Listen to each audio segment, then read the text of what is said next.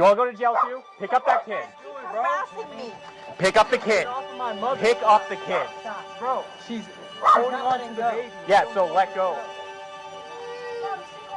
Will you call her? Go ahead and call. Take the baby, please. You're under arrest, Danny. Stop resisting. From that, Leo, stop resisting.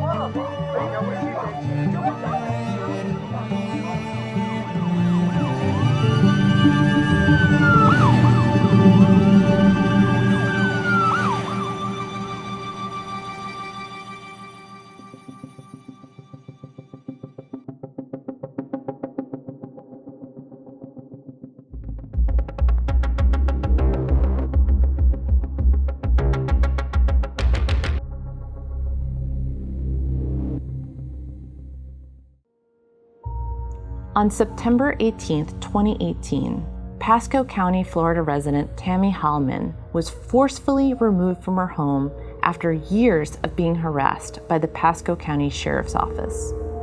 It all started when my son got in trouble. The police just started coming to our house multiple times a day, harassing us, and just, it was ridiculous to the point where nobody wanted to even be at their own home. It was a very scary feeling. It was really uneasy. It interrupted our lives.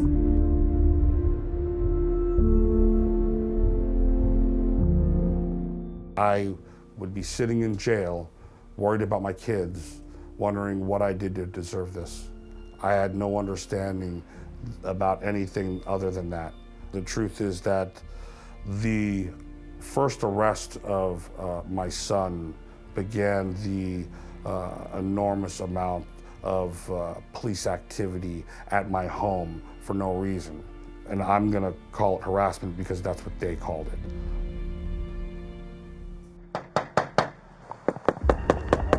Come on, man.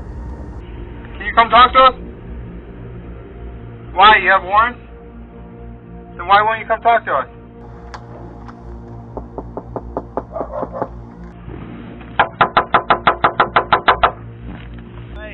Yeah, we're just looking for, is Delana here? Hello, is Bobby here? Tyler, open the door, man. We're just coming to check up on you because I haven't talked to you in a while. I'm Corporal O'Hara. I'm the one who spoke to you on the phone. Yeah. Anthony here? No, he's not. He's not here. Is he hanging out with some friends?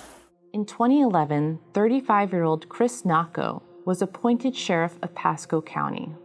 Sheriff Nacco set out to reimagine policing in Pasco County by adopting a controversial model of policing called Predictive policing that was designed to stop crime before it even happened. Messing around with an aggressive sheriff, Sheriff Nacco is not playing games. One of Nacco's squads, known as the Strategic Targeted Area Response Team, set out into their community with various lists of names, harassing residents they suspected might commit unspecified future crimes, along with their family members. When I was on my way to jail, the officer began to tell me that if they're coming out to your house, they're going to get you with something. Either it's a code violation, they're going to take you to jail, they'll get you for a seatbelt violation, whatever it is, they will come after you and they will enforce their zero tolerance policy in any means possible. Right, so here's the policy of the agency. I'll explain it to you so it makes sense. If people have themselves or their people that live in the house are committing crimes and victimizing the community, then the direction we receive from our sheriff's office from the top down is to go out there and every single violation that person commits to enforce it upon them. This list uses a point system based on interactions with the law. The points are tallied up and the sheriff's office is left with their list of citizens to target. Yeah, they have like a list of people that used to get in trouble but don't anymore, and we just make sure everybody's doing good. All right. You staying out of trouble? When was the last time you were in trouble? Citizens are given points for offenses, or even for being suspected of an offense. Points are also given for missed court dates, probation violations, and appearing in 5 or more police reports, even if they were only listed as a witness or a victim. A former Pasco County deputy was ordered to randomly show up at the homes with the sole purpose of making the family uncomfortable, sometimes showing up as many as 5 times in one day. They would even go as far as sitting outside the home overnight. Come outside. Tell him we know he's there.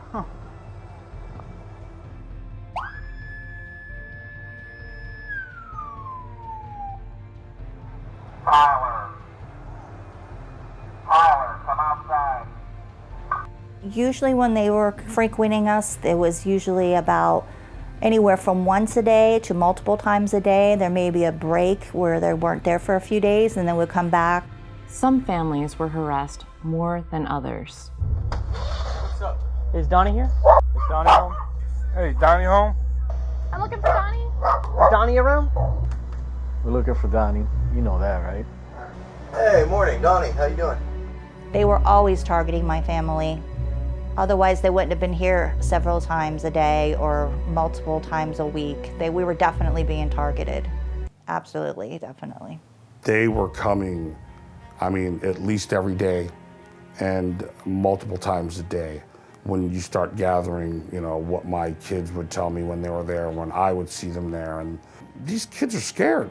All they've seen is these guys take their brother to jail, their dad to jail. They've yelled at their mother that they're gonna take her to jail, and now they're yelling at them.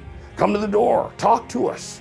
Whenever we run out and try to bring back dinner or something, the kids are getting bangs on the door, and these officers are wanting to talk to my kids too. And my kids don't know any more than we do. Every single time I try to give a little bit to you guys, I end up with this. And it's even 10 times worse than it started out as. Many times when the police would come to our house, they were very disrespectful. They didn't care who we were. They looked at us as if we're not an officer, then we're not one of them. Man, listen, we don't have time for your games. You're an idiot. You're inside of a house. How are you being detained, moron? Yeah, you're fat and ugly. Shut the hell up. Hey, let's stir something up with this. Sure, with what?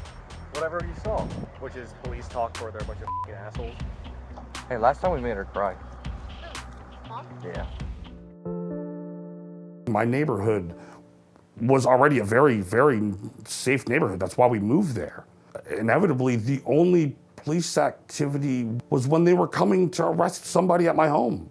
Nothing was ever stolen from my vehicles. Nothing was ever burgled at my home, except if you count the sheriff's department. They're the ones that were at my house. They're the ones that were taking things that didn't belong to them. They were the ones entering without a warrant. It's the police that I have to worry about. And it's the same for my kids too. And it shouldn't be that way. They're the ones that we should be able to call when we need help, not be fearful of. The only thing they were doing was taking me to jail or exploiting me by taking my money from me. Should I start writing the citation? Huh? Should I start writing the citation? His dad's in there. Well, write it to him. Yeah, absolutely. One day they were here, they gave me, I believe the day that they were here, it was for numbers on my mailbox. I didn't have any numbers on the mailbox, so they gave me a citation. The first citation violation I received was for overgrown grass. The following day, they came back for another citation for chickens that I had in my yard.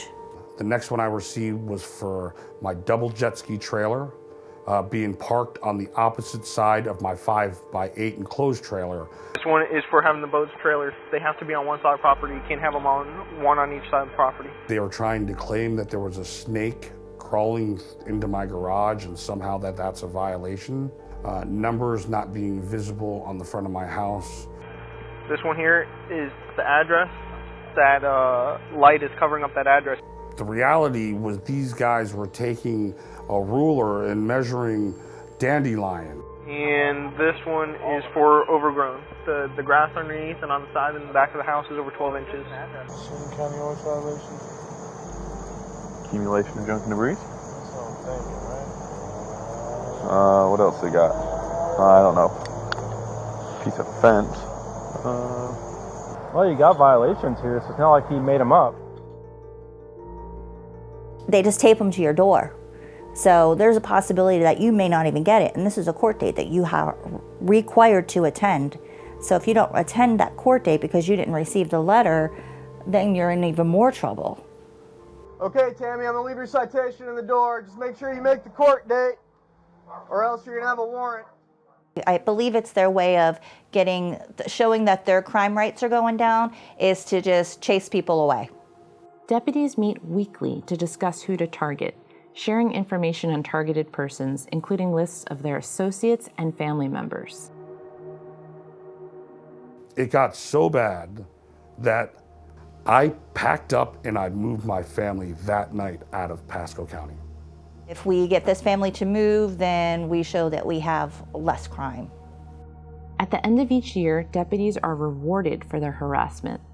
Other deputies boasted in their performance reviews that their harassment succeeded in getting a target's family member evicted from her home. Every single time the Pasco County Sheriff's Department arrested me, they dropped every charge because there was no evidence. In 2021, 4 plaintiffs, including Tammy and Robert, sued to challenge the sheriff's program. I know that if nobody stops them, they're going to continue to do this to other people.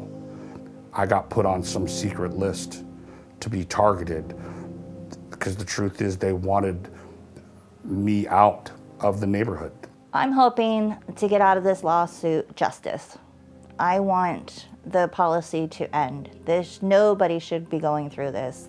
And I guess in a way this, without being a lawyer, is the way I can contribute.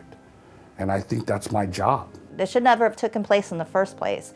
This is a horrible policy. This is against everyone's rights, and it's just disgusting.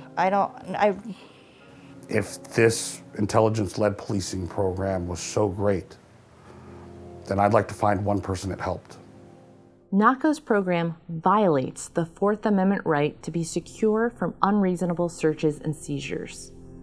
Pasco's Sheriff's Office does not give notice to targeted people or their parents that they've been placed on a list, or the opportunity to try to get off that list.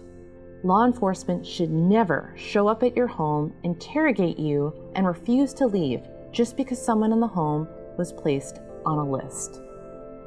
This is one of them situations where we have to win. There is no other outcome. No matter how bad sometimes things get, you just have to keep believing that right is still right and wrong is still wrong. If everybody could do that, this place will be a better place.